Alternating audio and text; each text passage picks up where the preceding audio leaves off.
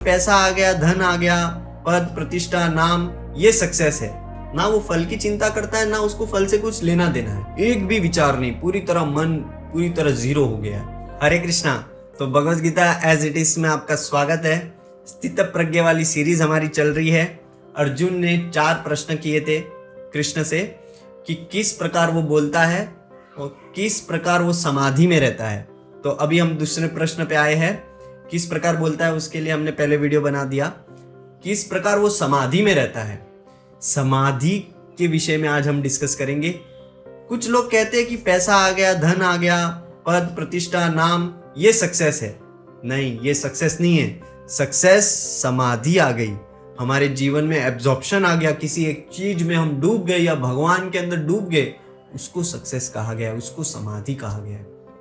तो समाधि 4 प्रकार की हम थोड़ा सा इसमें चर्चा करेंगे। एक व्यक्ति है जो पूरी तरह विषयों का चिंतन कर रहा है, सेंस इंजॉयमेंट का बार बार भोग का चिंतन कर रहा है, वो भी एक समाधि है। लेकिन उसके रिजल्ट में आता क्या है? दुख आता है, क्योंकि शरीर रोग से ग्रसित हो जाता है भोग करते करते। तो ये एक समाधि है। फिर दूसरी है निष्काम कर्म योग वाली समाधि। इधर से स्पिरिचुअलिटी, आध्यात्मिक जीवन स्टार्ट होता है और इसमें आनंद भी आता है। निष्काम कर्म योग वाली समाधि मतलब जो पूरी तरह अपने कर्म में डूबा हुआ है। कवि हो गए, आर्टिस्ट हो गए, कलाकार, जो पूरी तरह अपने ही कर्म में डूब जाता है, क्योंकि उसको वो कर्म करने में इतना मजा आता है, ना वो फल की चिंता करता है, ना उसको फल से कुछ लेना देना है, पूरी तरह कर्म में डूब जाता है। तो ये भी एक समाधि है। फिर तीसरा है ध्यान योगी। हाँ, पूरी तरह ध्यान लगाता है, अपने मन के सारे विचारों को शून्य कर देता है, एक भी विचार नहीं, पूरी तरह सबकॉन्शियस माइंड से सारे संस्कार को नष्ट कर देता है और पूरी तरह निर्विकार निर्विषय ब्रह्म में एकदम समाधि डूब जाता है। एक भी विचार नहीं, पूरी तरह मन पूरी तरह जीरो हो गया है, पूरी तरह एब्जॉर्ब हो गया है।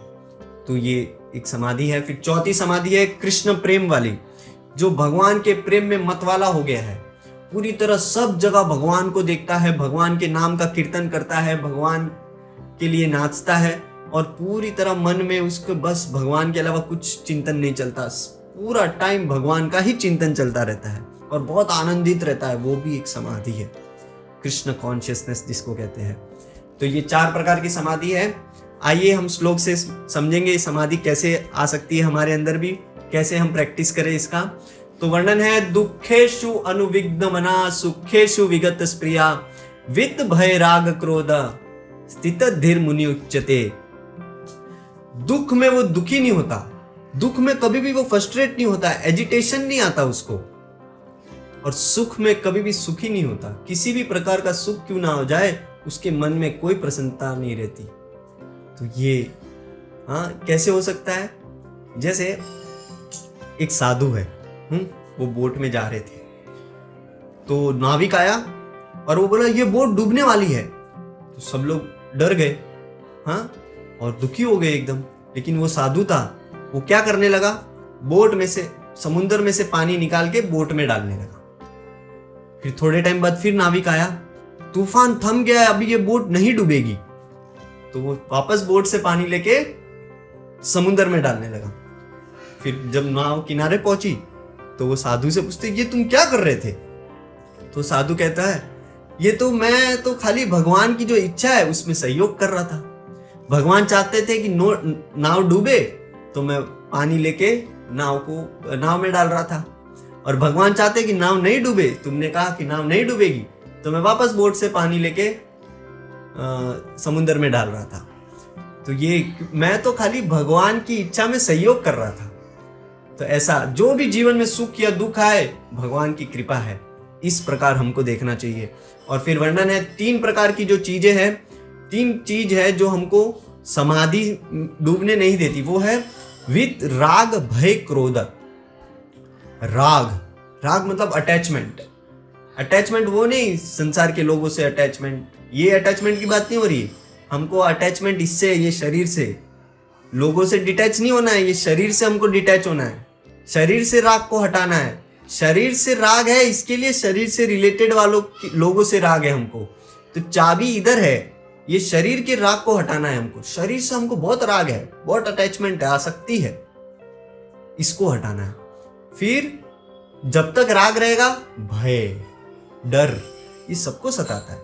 शरीर का मान, अपमान, है ना, अपमान होता है तो अपमान होने वाला रहता है तो हमको भय होता है, आगे क्या होगा, बहुत भय सताता है, मृत्यु आ जाएगी शरीर को। तो ये सब शरीर के राग की वजह से ही हमको भय होता है, डर होता है।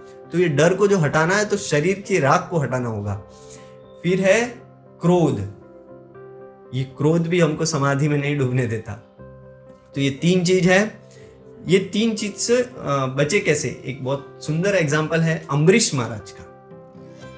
अम्बरीश महाराज पूरी तरह चक्रवर्ती सम्राट थे पूरे पृथ्वी के, और पूरी तरह भगवान के चिंतन में डूबे हुए रहते थे। हर समय भगवान का चिंतन चलता था।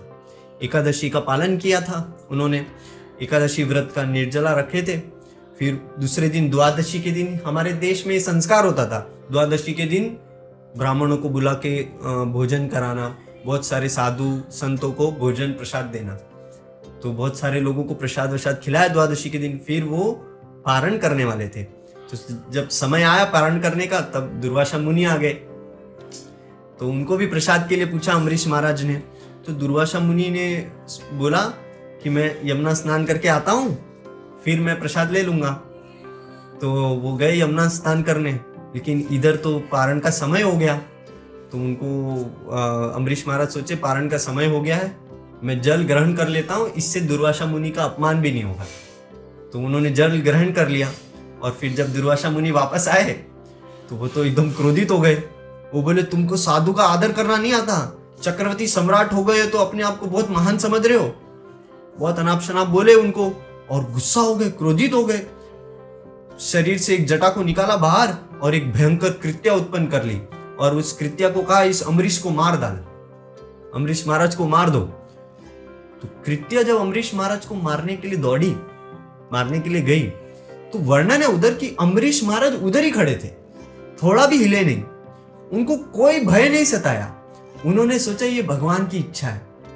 क्यों? क्योंकि शरीर से राग ही नहीं है, और ना ही क्रोध आया। क्रोध भी नहीं आया कि ये दुर्वासा मुनि के लिए मैं तो इनको प्रसाद खिला रहा हूं और ये मेरे पे ही वार कर रहे हैं। कोई द्वेष, कोई क्रोध नहीं आया, और कोई रिएक्शन नहीं किया उसका। उसको पूरी तरह कृत्या को स्वीकार किया कि आओ चलेगा, भगवान की इच्छा है, मृत्यु तो हम मरेंगे, भगवान की इच्छा में सहयोग देंगे। लेकिन भगवान का जो सुदर्शन चक्र था वो हर समय अपने भक्त की रक्षा करता है। तो उस कृत्या को नष्ट किया और दुर्वासा मुनि के पीछे पीछे सुदर्शन चक्र भागा। तो फिर ऐसा है, इस प्रकार जैसे जिस प्रकार वो हटे नहीं, हिले नहीं। क्यों?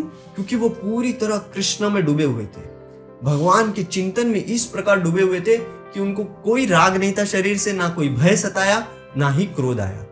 इस प्रकार समाधि में रहना चाहिए हमको। स्थित धीर मुनि उच्चते, स्थित धीर मुनि की बात हो रही है इधर। वो मुनि नहीं जो बार बार मौन रह के मनन करता है, मेंटल स्पेक्युलेशन करता है, वो मुनि की बात नहीं हो रही। जो निष्कर्ष पर पहुंच चुका है, मनन करने के बाद निष्कर्ष पर पहुंच चुका है, सेल्फ रियलाइज्ड हो चुका है, स्थित धीर, जिसकी बुद्धि पूरी तरह फिक्स्ड हो चुकी है, वो मुनि की बात हो रही है इधर। स्थित धीर मुनि उच्चते, इस प्रकार वो समाधि में रहता है। हरे कृष्णा। अगर आपका कुछ प्रश्न होगा तो आप नीचे कमेंट बॉक्स में डालिए। स्थित प्रज्ञा वाली सीरीज बहुत ही सुंदर और जबरदस्त है। आप जुड़े रहिए हमसे Bhagavad Gita as it is में। आप हमारे बहुत सारे पहले के वीडियोस हैं वो भी देख सकते हैं, जिसमें हमने पहले अध्याय से दूसरे अध्याय पे पहुंचे हैं, सारे वीडियोस डाले हैं। हरे कृष्णा।